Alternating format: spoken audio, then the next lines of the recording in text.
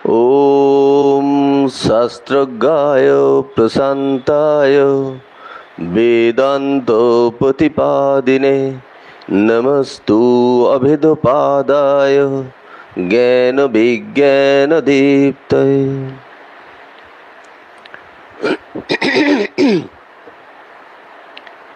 অভেদানন্দ প্রসঙ্গ। এই প্রসঙ্গে আমরা আলোচনার সঙ্গে যুক্ত। ইতিপূর্বেও আমরা এই বিষয়ে আলোচনায় সঙ্গে যুক্ত ছিলাম। আজকে স্বামী অভেদানন্দের আরেকটি দিক আমরা দেখার চেষ্টা করব। আমরা প্রত্যেকেই জানি স্বামী অভেদানন্দ শ্রীরামকৃষ্ণের একজন মন্ত্র শিষ্য। তার সম্পর্কে অল্প বিস্তর প্রত্যেকেই জানি। তাকে শ্রীরামকৃষ্ণ দেখা মাত্রই যে কথাটি বলেছিলেন, এই কথাটাকে নিয়ে আজকে আমরা আলোচনার সঙ্গে যুক্ত থাকার চেষ্টা করব। শ্রীরামকৃষ্ণ তাকে দেখেই বলেছিলেন যে পূর্বজন্মে তুই যোগী ছিলি, যোগ শিক্ষার একটু বাকি ছিল, এই তোর শেষ জন্ম। এই কথাগুলির পরিপ্রেক্ষিতে যে প্রসঙ্গ ছিল সেটি হচ্ছে অভেদানন্দ যখন কালী প্রসাদ, তখন তার আশৈশব যোগ শিক্ষার বাসনা, পণ্ডিত মশাইদের ধরে তিনি যোগ দর্শন সম্বন্ধে তার তাত্ত্বিক ও আধ্যাত্মিক দিক জানার জন্য তিনি উদ্গ্রীব হয়ে উঠেছিলেন এবং স্কুলে তার জল খাবারের পয়সা বাঁচিয়ে তিনি যোগ দর্শন কিনেছিলেন এবং বেশ কয়েকটি আধ্যাত্মিক জ্ঞান বর্ধিত করে এরকম বই তিনি কিনেছিলেন। মনে রাখতে হবে তার পিতৃদেব একজন প্রখ্যাত ইংরেজি শিক্ষক রসিকলাল চন্দ্র, এইরকম এক মাস্টারমশাইয়ের ছেলে যে স্কুলে তার জল খাবারের পয়সা বাঁচিয়ে বই কিনছেন এবং পড়াশোনায় তার খুব মনোযোগ। তো এই মনোযোগ নিয়েই সে শ্রীরামকৃষ্ণের কাছে গিয়েছিলেন যোগ শিক্ষা করতে। তার আগেও দু একজনের কাছে তিনি যোগ শিক্ষার জন্য অগ্রসর হয়েছিলেন। তৎকালীন দিনে যেসব পণ্ডিত মশাইদের নাম আমরা জানি,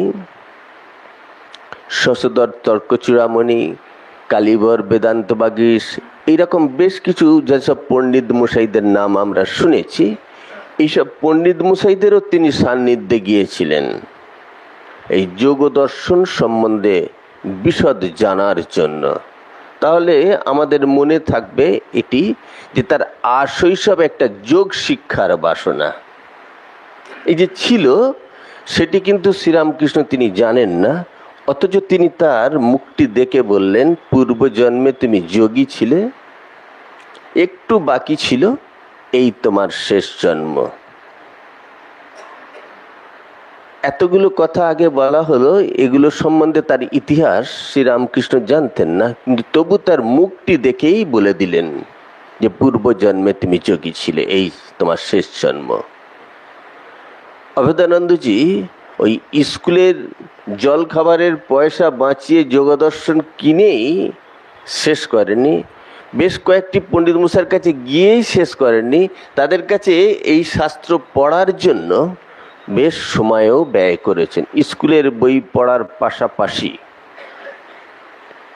পণ্ডিত মশাইরা প্রত্যেকেই তাদের ব্যস্ততার কথা জানিয়েছেন।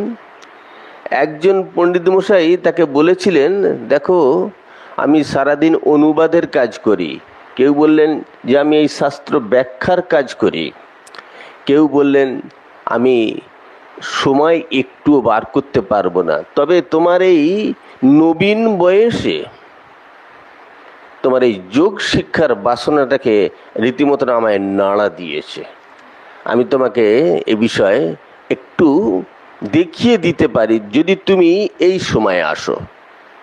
মনে রাখতে হবে তৎকালীন দিনের যেসব পণ্ডিত মশাই তারা বয়োবৃদ্ধ প্রবীণ মানুষ, যারা জ্ঞানী মানুষ, যারা যারা সবসময় শাস্ত্র চর্চায় ডুবে থাকতেন। এইরকম এক পণ্ডিত মশাইয়ের কাছে গেছেন। তিনি বললেন, দেখো সারাদিনে আমি সময় পাইনি, একটুখানি সময় পাই স্নান করার আগে। এই সময় একজন আমায় একটু তেল মাখাতে আসে, প্রবীণ তো, বলে একটু তেল মাখাতে আসে, ওই সময়টি আমি একটু ফাঁকা থাকি, তারপর সারাদিন আমি কাজে ব্যস্ত, তুমি এই সময় পারবে? কালী মহারাজ তাই রাজি হলেন। সে পণ্ডিত মশাইকে যখন তেল মাখাবেন সেই সময় পণ্ডিত মশাই একটু শান্ত হয়ে শুনবেন তিনি কি জানতে চাইছেন সেটা, এবং সেই যোগ দর্শনের ব্যাখ্যা তিনি করে দেবেন। যোগ দর্শন পাতঞ্জল ঋষির যোগ দর্শন, যে যোগ দর্শনের কথাটা একটা শ্লোকে, অর্ধমাত্রা শ্লোকের মধ্যেই তিনি যোগ দর্শনের পূর্ণায়ন ঘটিয়ে দিয়েছেন। বলছেন যোগ চিত্তবৃত্তি নিরোধ। যোগ হচ্ছে তখনই যখন তোমার চিত্তের সমস্ত বৃত্তি স্তব্ধ হয়ে যাবে, নিরোধ হয়ে যাবে, আর কোনো বৃত্তি থাকবে না, তখনই যোগ, অর্থাৎ ঈশ্বরের সঙ্গে যোগ। আমরা যোগের আরো দরজা জানলা দেখতে পাবো। বিভিন্ন মানুষ যোগের এক একটি অঙ্গ প্রত্যঙ্গকে নিয়ে কাজ করেন, কিন্তু অভেদানন্দজি যে যোগীর কথা, সেটি ধ্যান যোগ, জ্ঞান যোগ, এই যোগের দিকে তার বেশি ঝোঁক। তো এখানে পণ্ডিত মশাই ওই সময় একটু তাকে দেখিয়ে দিয়েছিলেন, আর তোমার এই নবীন বয়সে ইচ্ছা দেখে তার খুব ভালো লেগেছিল। তিনিও আশীর্বাদ করেছিলেন যে এইরকম ছাত্র আমি পাইনি। এরপর পণ্ডিত মশাই বলেছিলেন যে তোমার যে যোগ, সে যোগ সম্বন্ধে যিনি শিক্ষা দেবার অধিকারী তিনি হচ্ছেন পরমহংসদেব। এখান থেকে সূত্র পান। এরপরে যখন শ্রীরামকৃষ্ণের কাছে যান, শ্রীরামকৃষ্ণ দেখে বলেন পূর্বজন্মে যোগী ছিলেন। তাহলে এই যে পূর্বজন্মে তিনি যোগী ছিলেন এবং যে যোগ শিক্ষা করার জন্যই তার আবার জন্ম হয়েছে, একটু বাকি ছিল বলে, না হলে তিনি জন্মগ্রহণ করতেন না। এ কথাটা ঠিক। এটারও একটি ঘটনা শ্রীরামকৃষ্ণ যে বলছেন সেগুলো কি ঠিক পূর্বের ঘটনাগুলোকে মিলিয়ে নিন, তাহলে হয়ে যাবে, পাওয়া যাবে। তার যখন জন্ম হয়েছিল রীতিমতো নাড়ি ভুঁড়ি জড়ানো বলে, এইরকম ভাবে বেঁধে, যেন তাকে বেঁধে পাঠানো হয়েছে। যোগী সে জন্মগ্রহণ করতে চাইছে না, তাকে জগতে আনা হচ্ছে বেঁধে। এবং সে যখন জন্মগ্রহণ করেছিল তখন তার কোনো শব্দ করছিল না। শব্দ করছিল না বলে আমরা এই বর্তমান চিকিৎসা বিজ্ঞানের সঙ্গে মেলাতে পারবো না। তৎকালীন দিনে যারা ধাত্রীমাতা থাকতেন, যারা এই বিষয়ে বিশেষজ্ঞ, তারা করলেন কি, শিশু কাঁদছে না, তাই চোখে লঙ্কা গুঁড়ো দেয়া হলো, দিয়ে তাকে কান্না। আর ওই আষ্টে পৃষ্ঠে বাঁধা দেখে বলে যোগী ছিল। তারাও অনুমান করলেন। এবার শ্রীরামকৃষ্ণের কাছে যাচ্ছেন অনেক পরে, এটা জন্মাবার অনেক পরে, প্রায় 17 বছর তখন বয়স, যখন শ্রীরামকৃষ্ণের কাছে যাচ্ছেন। তা সেই জায়গা থেকে আমরা তার জন্মের সূত্রের কাহিনী আর শ্রীরামকৃষ্ণের যাওয়ার কাহিনীর সঙ্গে মিলিয়ে নিচ্ছি, দেখছি যে তাই তো। শ্রীরামকৃষ্ণ বললেন পূর্বজন্মের যোগী ছিলে, একটু বাকি ছিল। তা এই যোগী মানুষ যার পূর্বজন্মের কথাও জানা থাকে। অভেদানন্দজি একবার বলছেন কথা প্রসঙ্গে যে যোগী পারে, সে তার পূর্বজন্মের কথা বলতে পারে। এখন আমরাও তো ছিলাম কিছু আগের জন্মে, এই জন্মে এরকম, কিন্তু সব কি আমাদের সেই পূর্বজন্মের কথা মনে পড়ে? বলছে যোগীর মনে পড়ে, যোগী সে কি ভোলে না, জানে। তা অভেদানন্দজি এইরকম কিছু ঘটনা বলতেন। এবং যেগুলোকে আমরা মিলিয়ে নিতে পারি যে তিনি একজন যোগী ছিলেন বলেই পূর্বজন্মের কথা বলতে পারতেন এবং বাকসিদ্ধ ছিলেন, যেটি বলতেন সেটি ফলে যেত। এটি তার বিশেষ একটি উত্তরাধিকার সূত্রে বলার থেকে বলা যেতে পারবে তিনি অধিকারী হয়ে জন্মেছিলেন, পূর্বজন্মের সূত্র অনুযায়ী এই অধিকার অর্জন করেছিলেন। তা অভেদানন্দজির এই বিশেষ শক্তি বলে তাঁর একটা বিশেষ শক্তি ছিল। তা অভেদানন্দজি স্বামীজির ডাকে তিনি পাশ্চাত্যে গিয়েছিলেন। যিনি যোগী শ্রীরামকৃষ্ণের কাছে গেলেন যোগ শিক্ষা করতে। শ্রীরামকৃষ্ণ তার জিহ্বায় মন্ত্র লিখে দিলেন, দেয়া মাত্রই তিনি সমাধিস্থ। এ আর এক ব্যাপার দেখুন, যে ফস করে উঠল।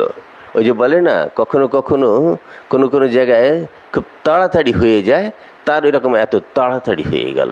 শুধুমাত্র জিহ্বায় মন্ত্র লিখে দিয়েছেন, সমাধিস্থ। 3 দিন সেই ঘরে রইলেন। তার যা যা দর্শন হবে ঠাকুর বলেন এখানে এসে বলবি। তিনি তো বলতেন না যে আমাকে এসে বলবি, এমন কথা বলতেন। এখানে মানে তাকে, শ্রীরামকৃষ্ণকে এসে বলতে হবে। এবং বলতে বলায় যেগুলো তিনি বলেছিলেন এবং শ্রীরামকৃষ্ণ মিলিয়ে দেখে তাকে বললেন, তোর আর কিছু দর্শনের বাকি রইল না।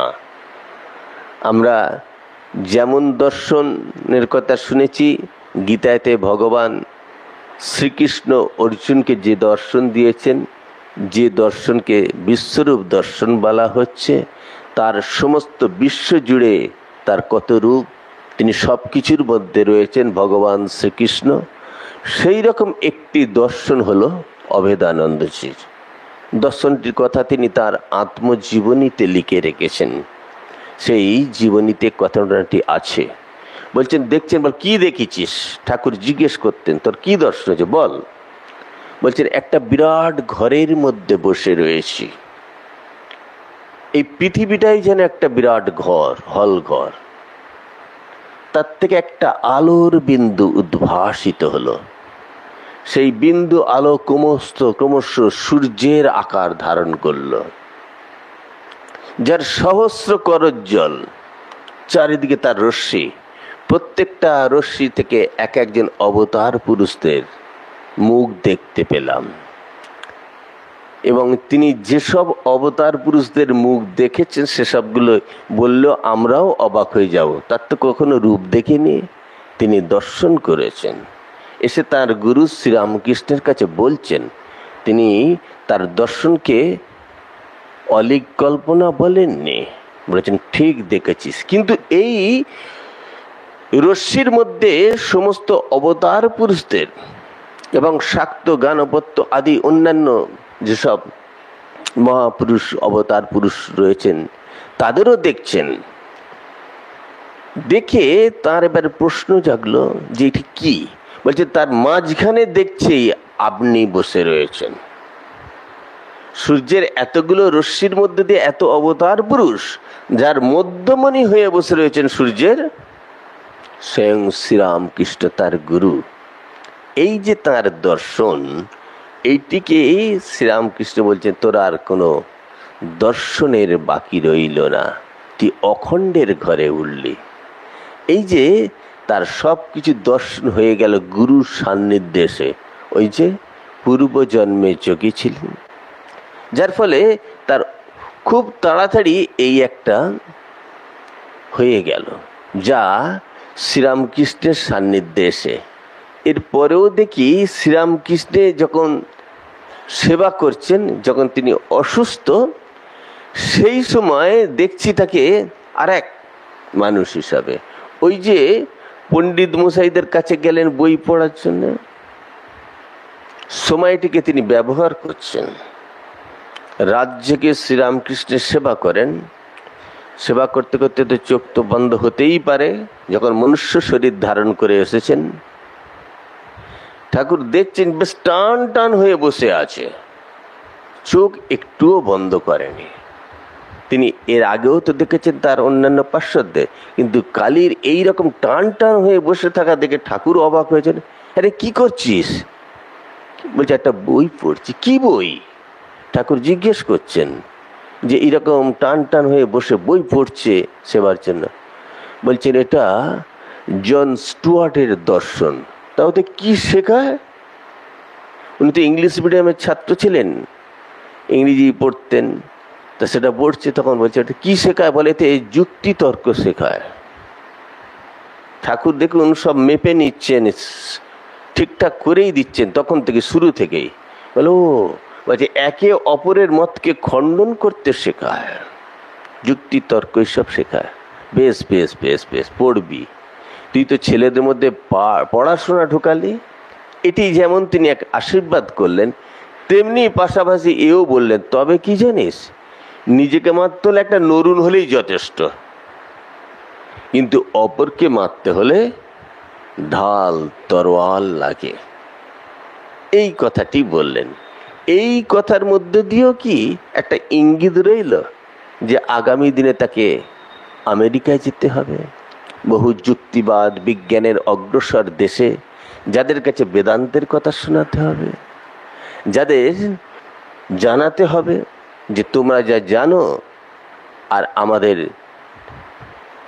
যে আমরা ভারতীয় ঐতিহ্য যা বেদান্তের মধ্য দিয়ে প্রতিধ্বনিত, যে ঐতিহ্যের মধ্যে রয়েছে সব ইতিবাচক কথা, তোমরা যা বিজ্ঞান সভ্যতায় অগ্রসর হয়েছ সে সভ্যতার মধ্যে নেতিবাচকই বেশি, এইরকমই কিছু।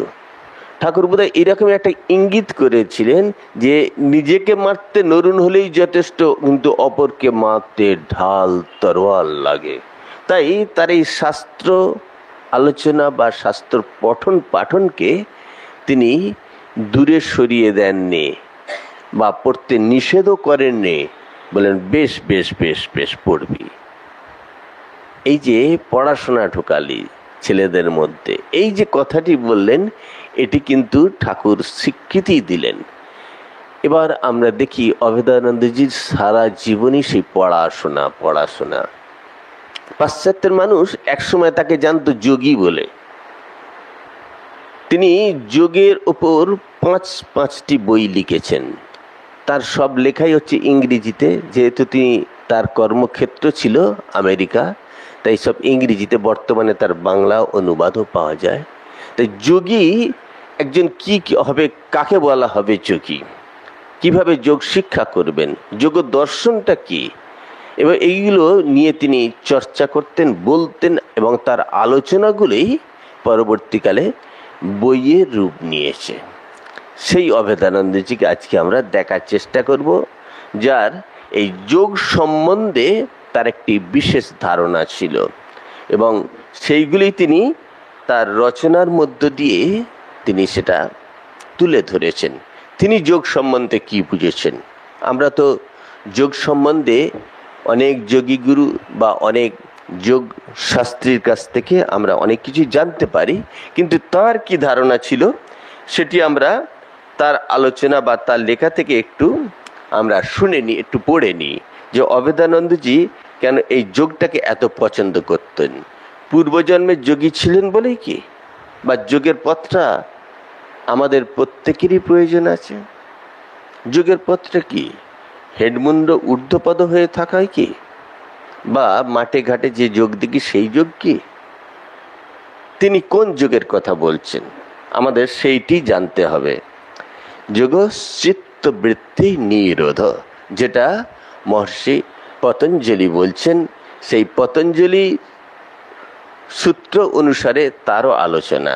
এবং তিনি চেয়েছেন যোগী মানে সে কন্টিনিউয়াস ধ্যানেও নিষ্ঠ হবেন, ধ্যানের সঙ্গে যুক্ত হবেন। তাই এই তার বিশেষ শক্তি তিনি অর্জন করেছিলেন, যা তিনি বুঝতে পারতেন, জানতে পারতেন। আমরা ঘটনা প্রসঙ্গে একটি আধটি কথা ঘটনা বলতে পারি এই বিষয় নিয়ে। তিনি এতই তার যোগ শক্তি ছিল, মনের শক্তি এতই ছিল, আমরা আজকে যে সভ্যতায় বসে আছি হাত বাড়ালেই ডাক্তার কাছে পেয়ে যাব। 1896 সালে তিনি আমেরিকায় গিয়েছেন, যেখানে তার থাকার জায়গা নেই, তিনি কি খাবেন সেটিরও ব্যবস্থা হয়নি। তিনি যদি কোনো ইউনিভার্সিটিতে বক্তৃতা দিতে যেতেন, সেখানেই কারোর সঙ্গে যোগাযোগ করে সেখানেই তাকে থাকতে হতো, সেখানেই খেতে হতো। এরকমই তখন। তারপরে আস্তে আস্তে ভাড়া বাড়ি, তারপরে আস্তে আস্তে পার্মানেন্ট বাড়ি করেছেন তিনি। তা এই যে কষ্ট সহিষ্ণুতার মধ্যে তাকে থাকতে হয়েছে। সুতরাং এইরকম সময় যদি কোনো অসুখ বিসুখ হয়, কোনো চিকিৎসকের সাহায্য নেওয়াটা যেমন দুষ্কর, তেমনি পাশাপাশি নিজের মনের শক্তিকে প্রয়োগ করাটাও কিন্তু তার কাছে ছিল সহজ। কিরকম? বলছেন কোনো একটা কিছু অসুখ হয়েছে, বলছে মনের শক্তি প্রয়োগ করে তা আমি সারিয়ে ফেলতাম। এ ছিল তার ক্ষমতা। তিনি সেটাকে ভালো করবেন বলে মনের শক্তি প্রয়োগ, ধ্যানের দ্বারা প্রয়োগ করে সেটিকে ভালো করে ফেলতেন। এরকম বেশ কিছু ঘটনা তার পত্রাবলীর মধ্যে আমরা পাচ্ছি। কাউকে কাউকে লিখছেন তিনি প্রসঙ্গক্রমে, সেগুলির মধ্যেও আছে। তা এই অভেদানন্দজি যোগ সম্পর্কে বলতে গিয়ে, একজন যোগী, তিনি যোগ সম্বন্ধে যেগুলি বলছেন সেখান থেকে আমরা একটু পাঠ নেব আজকে, যে তিনি কি বলতে চাইছেন। যার বই আছে যোগ ও তাহার অভ্যাস, যোগাইডস থিওরি অ্যান্ড প্র্যাকটিস, এই নামে তার বই আছে। সেই বইয়ের কয়েকটি সূত্র আমরা এখানে আজকে নিয়ে আলোচনা করব। অভেদানন্দজি বলছেন যোগী কি রকম হবে। একজন মানুষকে দেখেই তো যোগী বলে চেনা যাবে না। ওই জটা জুটো থাকলেই বলে যোগী বলা হবে না, বা যোগব্যায়াম করলেই তাকে যোগী বলা হবে না, বা শীর্ষাসন করলেই তাকে যোগী বলা যাবে না। যিনি ভগবানের সঙ্গে যুক্ত হতে পারেন, যার কতগুলো নিয়মে সে জীবনকে চালনা করেন, সেই তো যোগী। তো অভেদানন্দজি এই যোগ সম্বন্ধে দু একটি কথা বলছেন, সেটা আমরা একটু পড়ে নিই। বলছে যথার্থ যোগী দেখেন একই পরমাত্মা প্রতিটি জীবে সমভাবে বিরাজ করছেন। যোগীর একটা বিরাট দর্শন, একটা ফিলোসফি রয়েছে। সে এটি দেখবে যে এক পরমাত্মা সর্বভূতে রয়েছেন। সেজন্য সমস্ত মানুষকে সমানভাবে ভালোবাসাই তার একান্ত কর্তব্য। এটা হচ্ছে যোগী। যোগী এক উচ্চ মনস্কতায় সে বাঁধা থাকে মন। সাধারণ মানুষের মতন কোনো ব্যক্তি তার শত্রু বা মিত্র হতে পারে না। সাধারণ মানুষের ক্ষেত্রে হয়, কিন্তু যোগীর ক্ষেত্রে তিনি এতই ঊর্ধ্ব তার মনস্কতা, সেজন্য তার ক্ষেত্রে এটি হবে না। যোগীর অন্তর সর্বদা দিব্য জ্ঞানের অনির্বাণ জ্যোতি দ্বারা উদ্ভাসিত বলে জগতের কোনো বিষয় তার কাছে অজ্ঞাত থাকে না।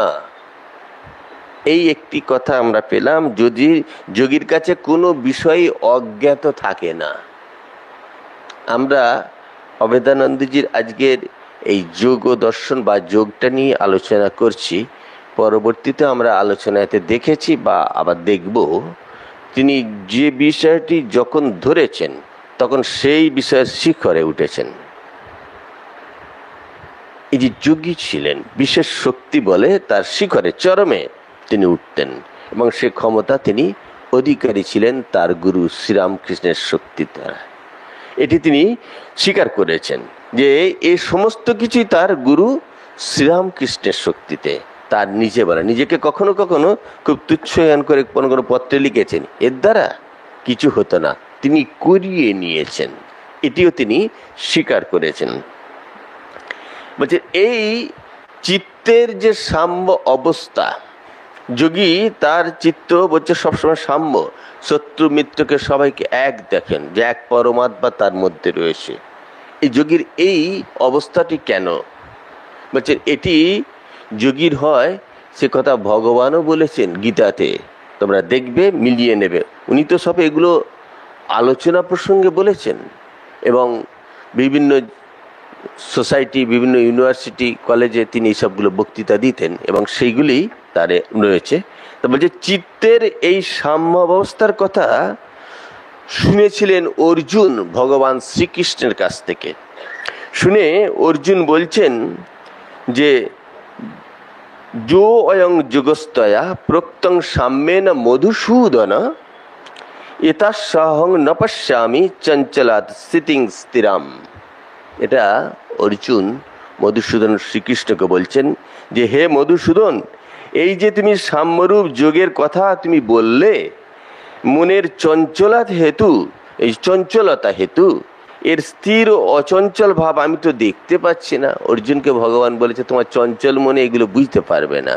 তারপর যে দেখতে তো পাচ্ছি না, বুঝতে পাচ্ছি না, তো এইরকম অবস্থাতে তখন কি বলছেন, চঞ্চল হি মন কৃষ্ণ প্রমাতি বলবৎ দৃঢ়ম তস্যহং নিগ্রহং মন্যে বায়োরিবৎ সুদুষ্করম। এই দুষ্কর সুদুষ্কর বলছেন হে কৃষ্ণ, মন স্বভাবত অতি চঞ্চল, এটি তো স্বাভাবিক, মন তো হয় চঞ্চল। আবার ইন্দ্রিয়াদির বিক্ষেপ কারক, এগুলো তো মনের মধ্যে পড়ে, অতি বলবান, অতি দৃঢ়, অতি কঠিন, অনমনীয়। সেই জন্য আমি মনে করি বায়ুকে আবদ্ধ করে রাখা যেরকম দুঃসাধ্য, মনেরও নিগ্রহ নিরোধ ও সেই রকম দুষ্কর।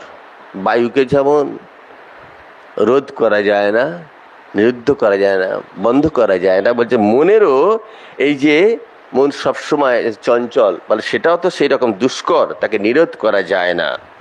শ্রীকৃষ্ণ যে যোগের ব্যাখ্যা করেছেন তাকে সাম্য যোগ বলা হচ্ছে।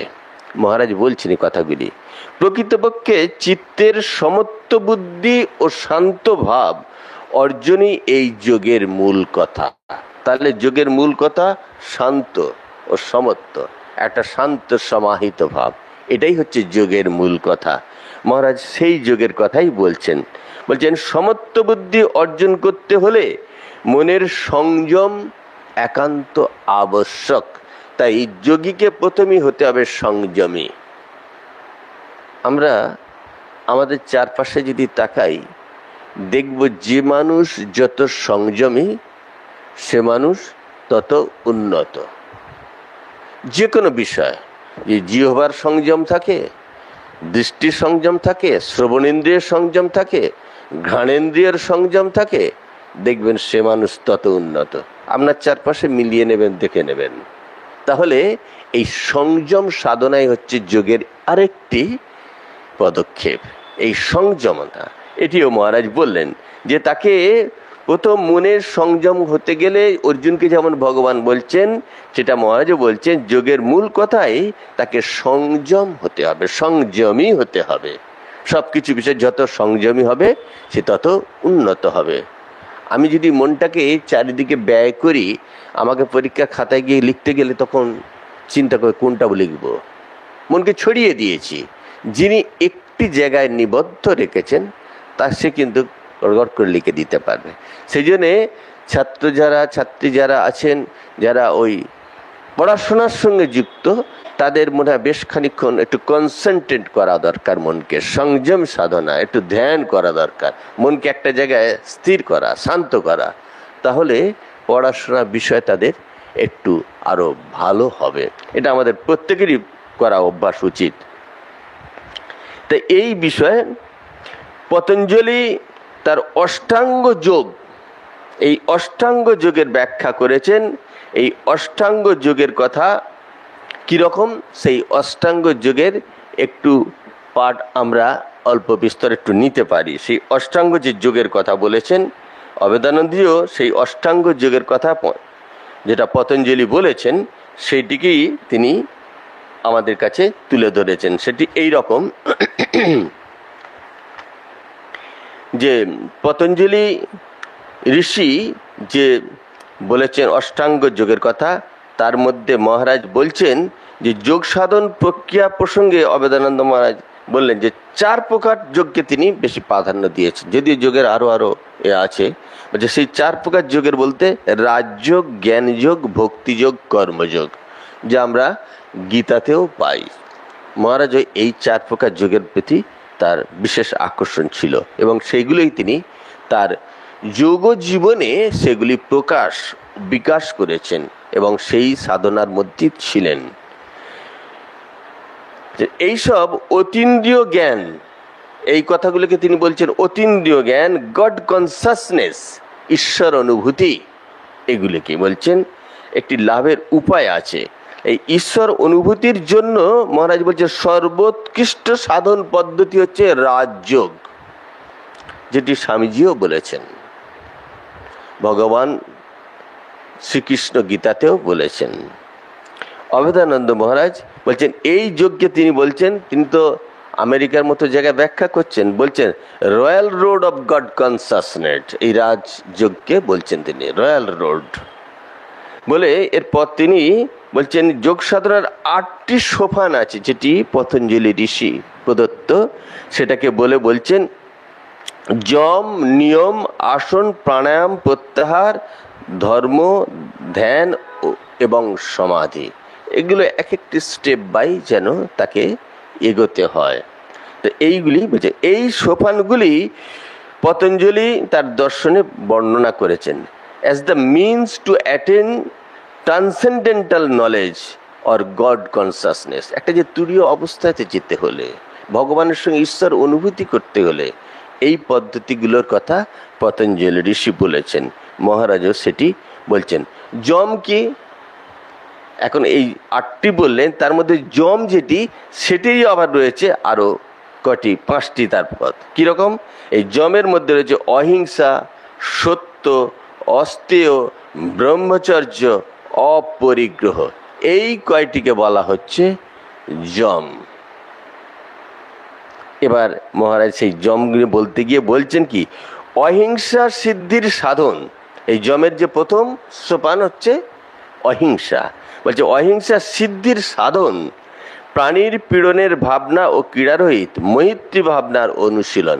যখনই মানুষের মধ্যে অহিংসা বৃত্তি আসবে, ভগবান বুদ্ধ এই অহিংসার কথা বলেছেন, তাই তখনই বলছে তার মধ্যে একটা মৈত্রী ভাব এসে যাবে, তার মধ্যে হিংসা বৃত্তি চলে যাবে। তাই অহিংসার কথা গিয়ে বলছে মৈত্রী ভাবনার অনুশীলন এবং প্রাণী পীড়নের পীড়ন ক্রিয়া হচ্ছে ভাবনা, পীড়ন ও ক্রিয়া ভাবনার রহিত, তার বিপরীত। কখনো তা কাউকে পীড়ন করতে পারবে না, এই অহিংসা ভাব। তাহলে যোগী হতে গেলে তাকে বেশ কিছু রীতিমতন সাত্ত্বিক মনস্ক হতে হবে। এই জন্যে বলছে এই প্রকার সাধকের চিত্তের এমনই উৎকর্ষ যে তার শক্তিতে অভিভূত অন্য কোনো হিংসা হবে না। সে সমস্ত হিংসাকে সে ত্যাগ করবে, তার মধ্যে যা যা মনে কখনো উদয় হবে হিংসাবৃত্তি, সে তখন ত্যাগ করবে, কারণ সে যোগযুক্ত হচ্ছে। এই জন্যে যোগীর মধ্যে এই হিংসাবৃত্তি থাকবে না। দ্বিতীয়টি হচ্ছে সত্য। সত্য কথাটি তো আমরা প্রত্যেকেই জানি, ঠাকুর একটি কথা বলেছেন, সত্য কথা কলির তপস্যা। হ্যাঁ, এই যুগে বলছে সত্যে যদি কেউ থাকে বলতে তার মানে সে ভগবানের সঙ্গে আছে। মা বলছেন যে সত্যকে ধরে আছে সে তো ভগবানের কোলে শুয়ে আছে। তাহলে এই সত্যটার কথা কিন্তু এই আমরা যোগ সাধনার মধ্যেও পেয়েছি। মহাত্মা গান্ধী তারও একটি কথা খুব আছে, খুব গুরুত্বপূর্ণ কথা। তিনি বলছেন god is truth, truth is god. সত্যই হচ্ছে ভগবান, তার কাছে মনে হয়েছে। তা সুতরাং এই সত্যকেও কিন্তু আমাদের যাপন করতে হবে। আমরা শ্রীরামকৃষ্ণের কাছে থেকে একটি কথা শুনতে পারি। শ্রীরামকৃষ্ণ বলছেন সংসারে থাকতে গেলে সত্য কথার খুব আঁট চাই, সত্যকে খুব আঁট করে ধরে রাখতে হয়। আমরা কাজের পরিপ্রেক্ষিতে কখনো কখনো হয়তো মুখ ফসকে বা অজানার জন্যে আমরা হয়তো অনেক সময় অসত্য বলে ফেলি। যদি ওই রকম হয়, ঠাকুরের সেই গল্পের মতন, একটা গাছে একটা জীব বাস করত। আপনি দেখলেন হলুদ, উনি দেখলেন নীল, কেউ দেখলেন সবুজ, কেউ দেখলেন ধূসর। তাহলে আপনারা কিন্তু প্রত্যেকেই সত্য বললেন, কিন্তু সেখানে হয়ে গেল প্রতিভাত অসত্য। কিন্তু সেই বলতে পারলো আসল সত্যটি কি, যে গাছের নিচে বাস করত, সেই বলল যে হ্যাঁ ওটি বহুরূপী, বিভিন্ন সময় রং বদলায়। তাহলে আমরা যা যা বললাম সবাই সত্যই বলেছিলাম। তাহলে এইরকমভাবে কখনো কখনো যুক্তি বিজ্ঞানের প্রয়োগে আমরা হয়তো অনেক সত্যকে অসত্য হয়তো প্রমাণ করতে ব্যস্ত হই, কিন্তু বলছেন এখানে সত্যে আঁট থাকা দরকার খুব। এই বিষয়ে যেমন অশ্বত্থামা হত ইতি গজ, হ্যাঁ ইতি গজ, যুধিষ্ঠির তার কাছে কিন্তু তিনি সত্যের তো উপাসক, তিনি সত্য কথা বলবেন, মিথ্যা বলবেন না। তিনি কিন্তু বললেন অশ্বত্থামা হতম, অশ্বত্থামা নামে একটা হাতি মারা গেছে। এইটা কিন্তু তখন আর দ্রোণাচার্যের কাছে পৌঁছালো না। তিনি তার কাছ থেকে কিন্তু সত্য রইলেন। এই যুধিষ্ঠিরের এই সত্য সাধনের কথা কিন্তু আমাদের মনে রাখতে হবে, যে তার সত্য সাধনা। সুতরাং এই সত্যতে থাকলেও বলছে ঈশ্বর পথে অগ্রসর হওয়া যায়। এটি শ্রীরামকৃষ্ণ বলছেন, খুব সত্যতে আঁট থাকতে হবে, সত্যতেই ভগবান লাভ করা যায়। বলছে যোগ সাধনায় সত্যের গুরুত্ব অপরিসীম। সুতরাং এই বিষয়টি আমাদের মাথায় রাখতে হবে। দ্বিতীয় বলছে কি, উপনিষদে আছে সত্যে না লভ্য তপসা যেস আত্মা। এই আত্মাকে সত্যরূপ তপস্যার দ্বারাই কেবলমাত্র লাভ করা যায়। আত্মজ্ঞান বা আত্ম সম্বন্ধে জানা বা পরমাত্মার সম্বন্ধে জানা, তার জন্য বলছে সত্যরূপ তপস্যা করতে হবে, সত্যকে ধরেই আমাকে এগিয়ে চলতে হবে। সত্য মানে বলছেন শুধু মুখে সত্য কথা বলা নয়, কায় মনোবাক্যে সত্যকে ধরে থাকতে হবে। এটি কিন্তু খুব কঠিন। আমি নিয়মকে মাথায় রেখে সত্য কথা বললাম, কিন্তু কায় মনোবাক্যে সেটি হয়তো পালন হলো না। সেই জন্য বলছে কায় মনোবাক্যে সত্যকে ধরে রাখতে হবে, এবং সত্য চিন্তা করব, সত্য কথা বলবো এবং সত্য আচরণ করব। সত্য বাক্য মানব উপকারে প্রযোজ্য হওয়া উচিত। মহারাজের এই কথাটি বলছেন, সত্যটাই সবসময় আমাদের ধরে রাখতে হবে। এটি এই যে যে অষ্টাঙ্গ চিন্তার কথা বললেন, তারপরে যে যম বললেন, যমের আবার 5টি রয়েছে, তার মধ্যে সত্য দ্বিতীয়। তৃতীয় বলছে অস্তেয় স্পৃহা শূন্যতা। আমাদের তো অনেক কিছুর প্রতি আমাদের স্পৃহা আসে, থাকাই স্বাভাবিক। এই মানব শরীর, এ শরীরে তাই আসে। সুঘ্রাণ পেলে ঘ্রাণ নিয়ে নিই, দুর্গন্ধ পেলে নাক চেপে ধরি, এটা মানব শরীরে তো আসবে। এগুলো বলতে এখানে কোনো স্পৃহা শূন্যতা, অস্তেহ, এই স্পৃহা শূন্যতা কিরকম?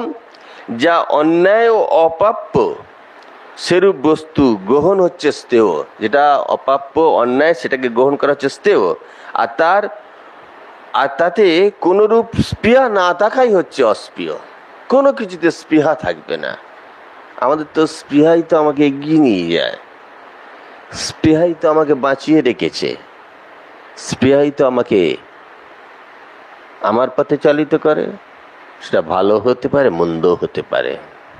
তাহলে আধ্যাত্মিক পথে যিনি অগ্রসর হবেন, তার সেই সত্যের দিকে এবং স্পৃহা শূন্যতা হয়ে ঈশ্বরমুখী হওয়া, এই স্পৃহা। ঠাকুর কথামৃতের খুব ভালো উপমা দিয়েছেন। সে কিরকম উপমাটি? বলছে অনেক কিছুই কামনা কামনার মধ্যে পড়ে, কিন্তু ঈশ্বরকে কামনা, ভগবান লাভ কামনা, এই কামনাকে কামনা বলা হবে না। এই ভগবান লাভের কামনা বাসনা, সেটিকে একে বলা হবে না।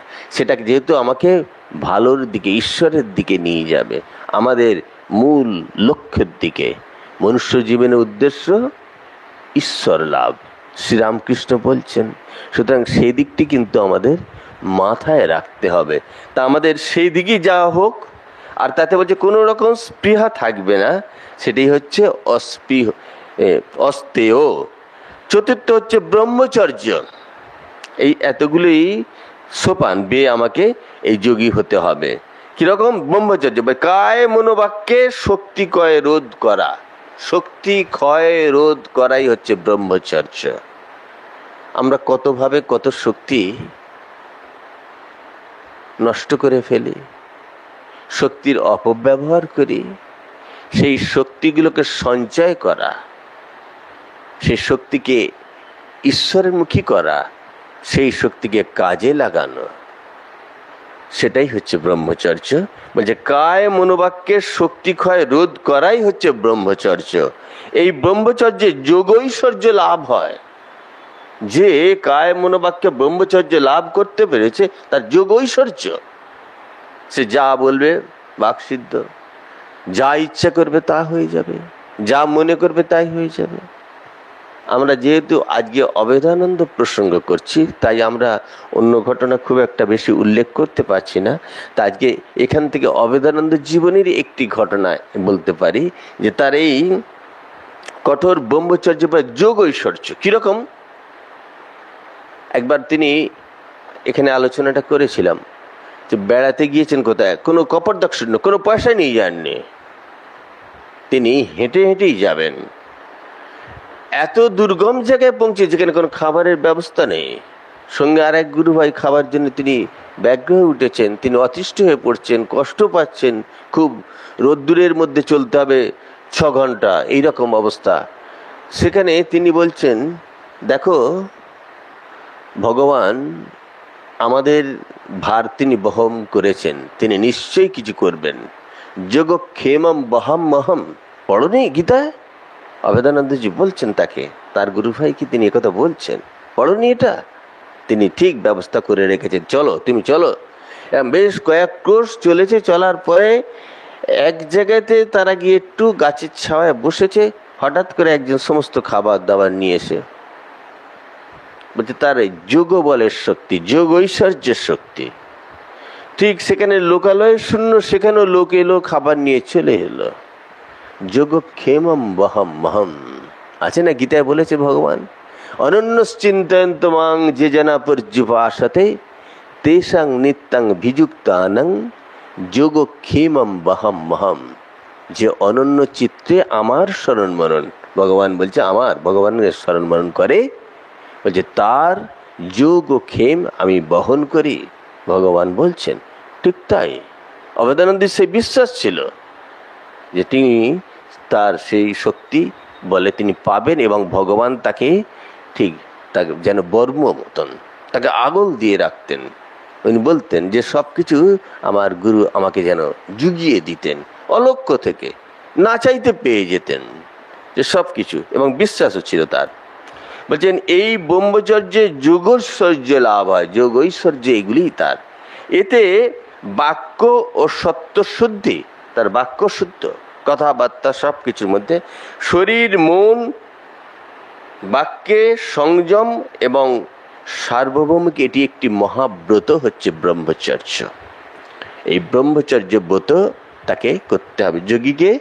আরেকটি সোপানে আমাদের এখানে বলা হলো যে তাকে ব্রহ্মচারী হতে হবে, ব্রহ্মচর্য ব্রতে অবলম্বন করতে হবে, তাকে অস্তেয় স্পৃহা শূন্যতা, তারপর হচ্ছে সত্যের তপস্যা, আর এইগুলোই করতে হবে, এবং অহিংসা, এইগুলিকে তাকে পালন করতে হবে। আরেকটি কথা বলছেন তিনি পঞ্চম, এই 4টি হলো, 5টা বলেছে যম, এই 5টা হচ্ছে অপরিগ্রহ, প্রয়োজনের অতিরিক্ত কোনো জিনিস গ্রহণ না করার নাম অপরিগ্রহ। আমরা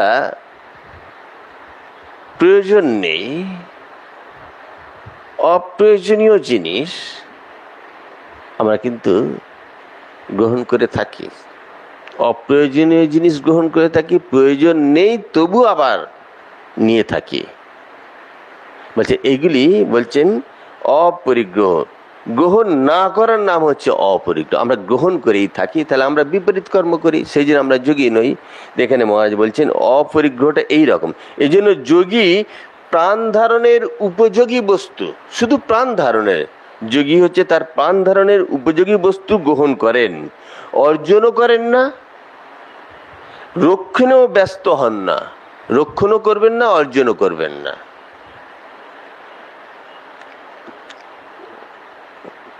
এগুলি বলছেন দেশকালের মধ্যে থেকে আমাকে পালন করতে হবে। মহারাজ বলছেন সকল দেশে ও সকল সময় এগুলি কিন্তু তাকে আচরণ করতে হবে। তাহলে যোগ সাধনার এই কয়েকটি সোপানের কথা মহারাজ বললেন।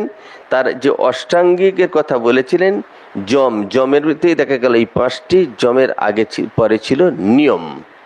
এই নিয়ম হচ্ছে, এবার নিয়মটা কি? নিয়ম হচ্ছে শৌচ, সন্তোষ, তপ, স্বাধ্যায়, ঈশ্বর প্রণিধান।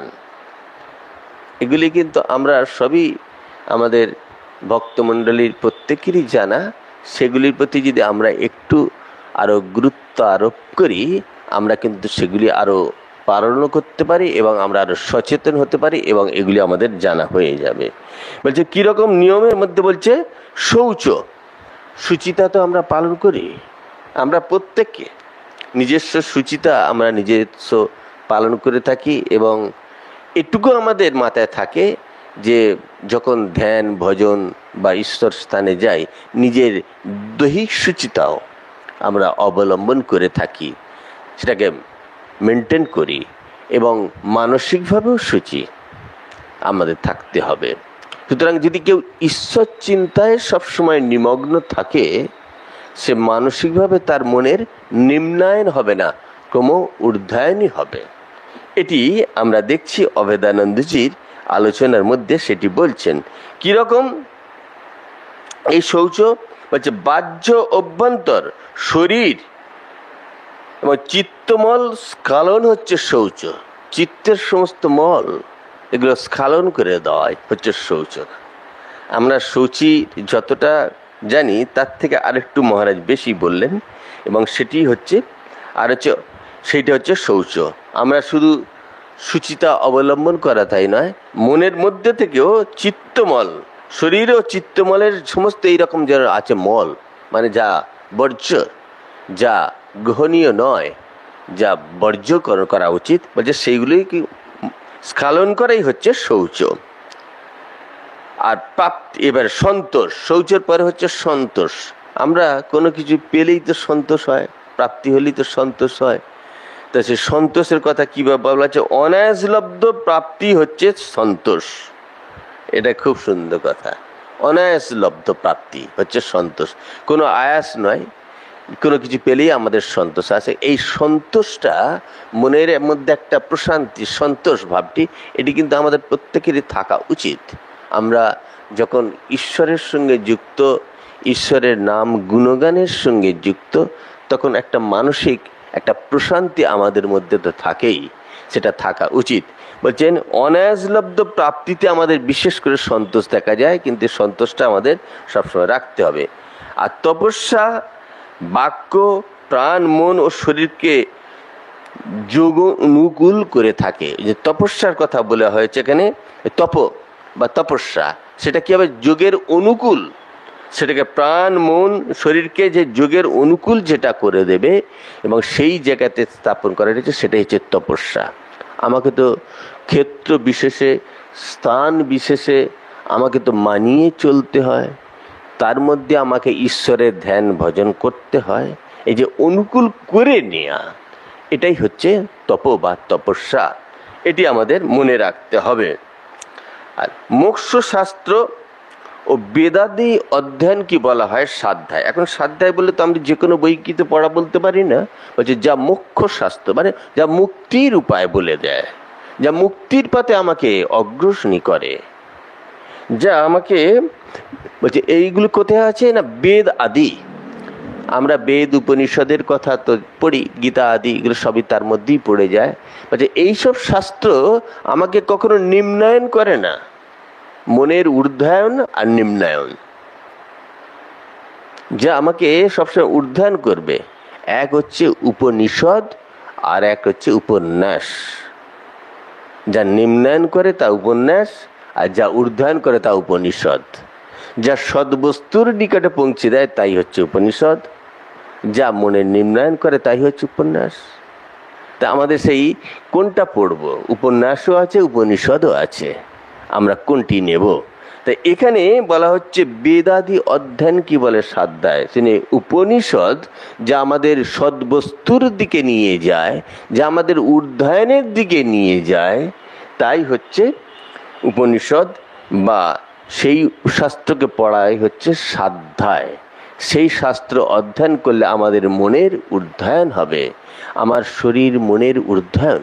আমি যে চিন্তা ভাবনার সঙ্গে যুক্ত থাকি তা আমার শরীর মনের প্রভাব পড়ে না? আমার তো শরীর মনে সেই প্রভাবই পড়বে। সুতরাং আমাদের সেদিকটির কথা মনে রাখতে হবে। আর বলছে মহারাজ বলছেন যেখানে self surrender to god is the last of the second step. এইটি বলছেন, সেটা কি? ঈশ্বর প্রণিধান, এটার কথা বলছেন। We should learn to surrender our individual will to the will of the infinite.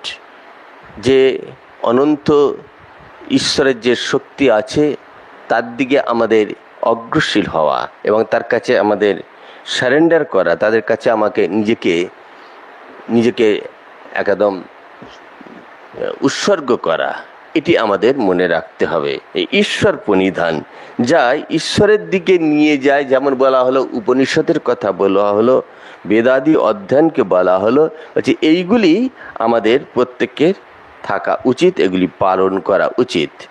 আর যোগের বলছে আরেকটি কথা বলছেন সোপান, সেটা হচ্ছে আসন, যেটি আমরা দেখে থাকি এই যোগ ব্যায়ামের মধ্যে দেখে থাকি, কিছু কিছু জায়গায় হয়েও থাকে। বলছেন এটি হচ্ছে স্থির সুখাসনম, যা বসলে আপনি সুখে বসতে পারবেন, সেই হচ্ছে যে আসনে অনেকক্ষণ স্বচ্ছন্দ বিনা ক্লেশে বসে দেহকে স্থির ও অবিচল রাখতে পারেন, সেই রকম আসন করেই সাধনায় বসতে হয়। তাহলে একটি কোনো আসনে বসলে মনটি একটা জায়গায় স্থির হয়, আসনে বসা, বলছে এভাবে নিজেকে স্থির রাখতে হয়। এর পরের প্রক্রিয়ার কথা বলা হয়েছে প্রাণায়াম। এখন তো প্রাণায়াম আমরা প্রচার মাধ্যমের কল্যাণে অল্প বিস্তর প্রত্যেকেই জানি, তবে এখানে মহারাজ যে প্রাণায়ামের কথা বলছেন, শ্বাস প্রশ্বাস নিয়মনের কতকগুলি অভ্যাস, এর ফলে আলস্য, জড়তা, দৈহিক দুর্বলতা দূর হয় এবং ইন্দ্রিয় সংযম, স্নায়ুগুলির নিয়ন্ত্রণ ও চিত্তের অস্থিরতা দূর করতে সাহায্য করে। আমরা পূজার সময় প্রাণায়াম করি, এতক্ষণ জপ করব প্রাণায়াম করি, আবার প্রাণায়াম অনেকে চিকিৎসা বিজ্ঞানেও ব্যবহার করেন। কিন্তু এখানে প্রাণায়ামের কথা যেগুলি বলা হলো, যেগুলি শরীরের আলস্যতা দূর করবে, আমাকে সাধন পথের পথিক হয়ে উঠতে হবে। তাই একজন সাধককে সবসময় যোদ্ধার মতন প্রস্তুত থাকতে হবে। সাধক একটা যোদ্ধা, কারণ সে সবসময় আমার বিপরীত মেরুর, বিপরীত ইন্দ্রিয়ের আচরণ, সেগুলোকে কিন্তু আমাকে তার সঙ্গে মোকাবিলা করতে হয়। সেজন্য সাধক সবসময় ঈশ্বরমুখী হচ্ছে, আমাকে তো স্রোতের বিপরীতে চলতে হচ্ছে। সাধকও কিন্তু এক প্রকার সৈনিকের মতনই তাকে চলতে হয়, এই জীবন যুদ্ধে তাকে জয়ী হতে হয়। তো এখানে তার পরেরটা বলা হচ্ছে শেষটা প্রত্যাহার। এই প্রত্যাহার কি? চিত্তকে অন্তর্মুখী করার চেষ্টাই হচ্ছে যোগের পঞ্চম সোপান। এই যে একটি একটি সোপানের কথা বলা হচ্ছে যোগশাস্ত্রে, এর নাম প্রত্যাহার। যে উপায়ের দ্বারা মনের বিক্ষিপ্ত শক্তি কেন্দ্রীভূত এবং বহির্বিষয়ে চলমান মনকে নিয়ন্ত্রিত করা যায়, তাকেই যোগীরা বলেন প্রত্যাহার। তাহলে আমাকে এক জায়গায় কেন্দ্রীভূত করা এবং সব কিছুকে প্রত্যাহার করে একটি জায়গায় স্থির স্থাপন করা, সেটাই হচ্ছে প্রত্যাহার। প্রত্যাহারের পরবর্তী সোপান হচ্ছে ধারণা। সাধনার সপ্তম সোপান হচ্ছে ধ্যান। এই বিষয়ে আমাদের একটু আলোচনা দরকার রয়েছে। বা ধ্যানের পথ অবলম্বন করে সাধক যোগ সাধনার অষ্টম ও সর্বোচ্চ সোপান সমাধিতে পৌঁছায়। তাহলে যোগী এই যে একটি একটি পথের কথা বললেন, এর চরম হচ্ছে সমাধি, ঈশ্বরের সঙ্গে যুক্ত হওয়ায়, এটা হচ্ছে সমাধি। এবং ব্রহ্মজ্ঞানের অবস্থায় উন্নীত হন যোগী ভাবে।